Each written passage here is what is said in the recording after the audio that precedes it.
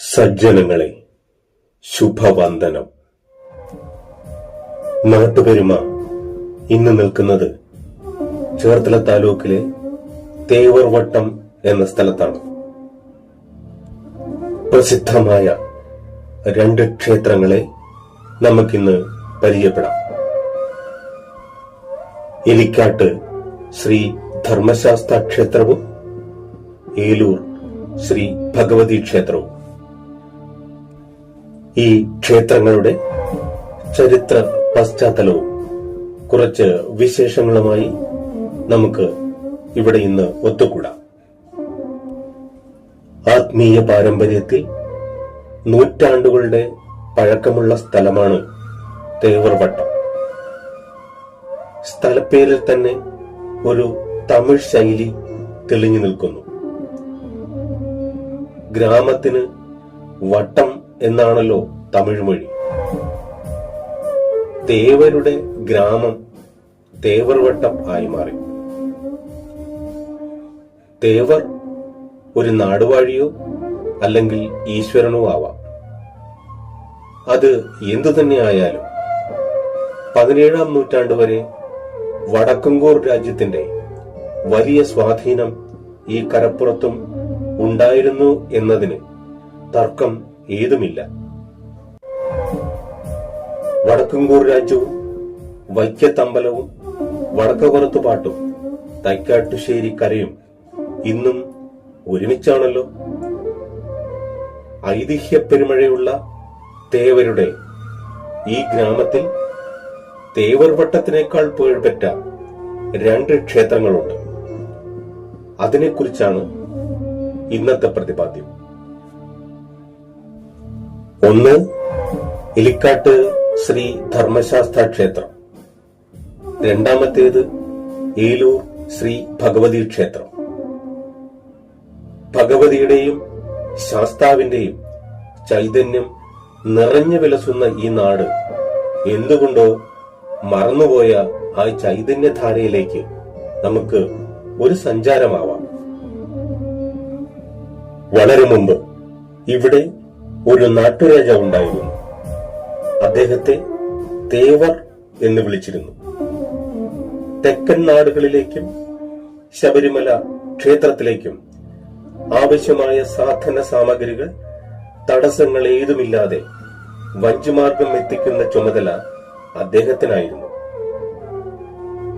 ആ കാലഘട്ടത്തിലെ പ്രധാന വാണിജ്യപാത കൊടുങ്ങല്ലൂർ വേമ്പനാട്ടുകായൽ വഴിയായിരുന്നല്ലോ.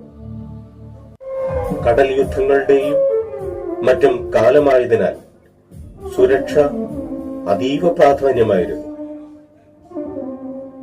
അയ്യപ്പഭക്തനായ തേവർ സർവദോഷ പരിഹാരാർത്ഥം ഭഗവതിയെയും ശാസ്താവിനെയും ഉപാസിച്ചിരുന്നു. ഹേലാപുരവാസിനിയായ ഭഗവതി കുടികൊള്ളുന്ന തന്റെ നാടിനെ ഹേലൂർ എന്ന് തേവർ വിളിച്ചു.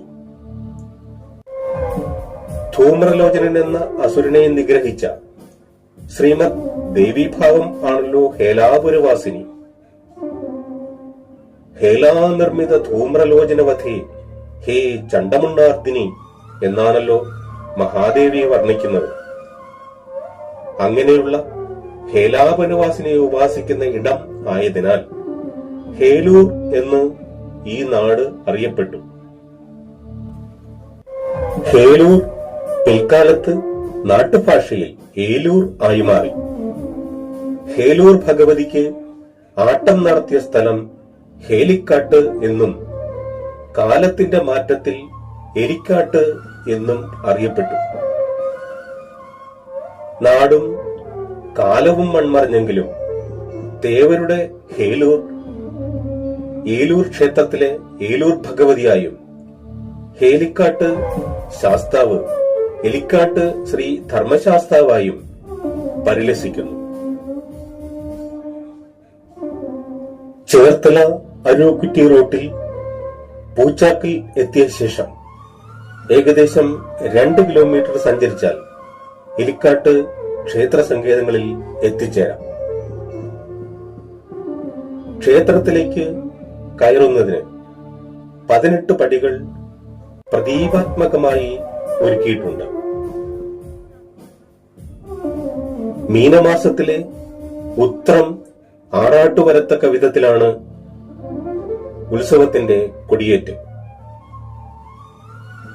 മോനാട്ടില്ലത്ത് ബ്രഹ്മശ്രീ കൃഷ്ണൻ നമ്പൂതിരിയാണ് ക്ഷേത്ര തന്ത്രി. 791 NSS കരയോഗം ഭരണനിർവഹണം നടത്തുന്നു.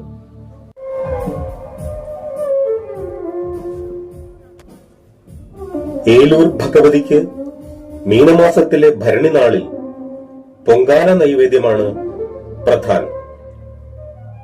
വ്രതശുദ്ധിയോടെ ഭക്തജനങ്ങൾ ഈ ദിവസത്തിനായി കാത്തിരിക്കുന്നു. കരയുടെ അധിപയായ തൈക്കാട്ടുശ്ശേരി ശ്രീ ഭഗവതി ക്ഷേത്രത്തിലേക്ക് തേവർവട്ടത്തു നിന്ന് കുംഭമാസത്തിൽ ഭരണി താലപ്പൊലി നടത്തപ്പെടുന്നു. തേവർവട്ടത്ത് ശാസ്താവിന്റെ തിരുമുമ്പിലുള്ള 18 പടികൾ ചവിട്ടി പ്രാർത്ഥനയോടെ എള്ളുകിഴികൾ കത്തിച്ചാൽ ഉദ്ദേശകാര്യം സാധിക്കുമെന്നും ശനിദോഷങ്ങൾ മാറിക്കിട്ടുമെന്നും ഭക്തജനങ്ങൾ വിശ്വസിക്കുന്നു.